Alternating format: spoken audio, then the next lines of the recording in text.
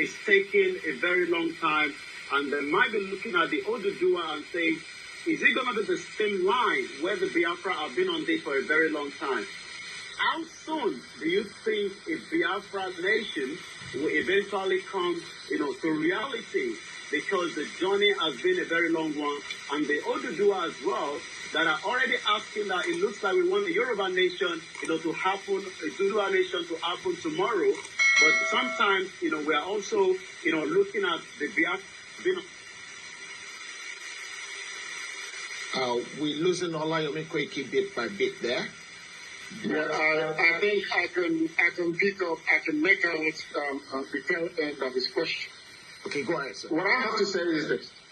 No one can, with any degree of accuracy, predict the exact time that we are all going to be free. It is our hope and our intention that given our level of dedication, consistency, and hard work, that is, Biafra and òdúdùwā were to diligently pursue this very self-determination effort, not minding the few detractors that are now beginning to even emerge in Yoruba land, that sooner rather than later our freedom will be assured. But that depends on the level of hard work we are determined and prepared to put in. And that hard work must contain within it.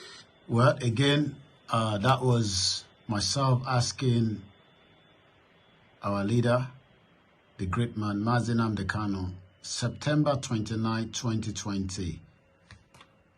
It doesn't start today. It all started 2-3 years ago.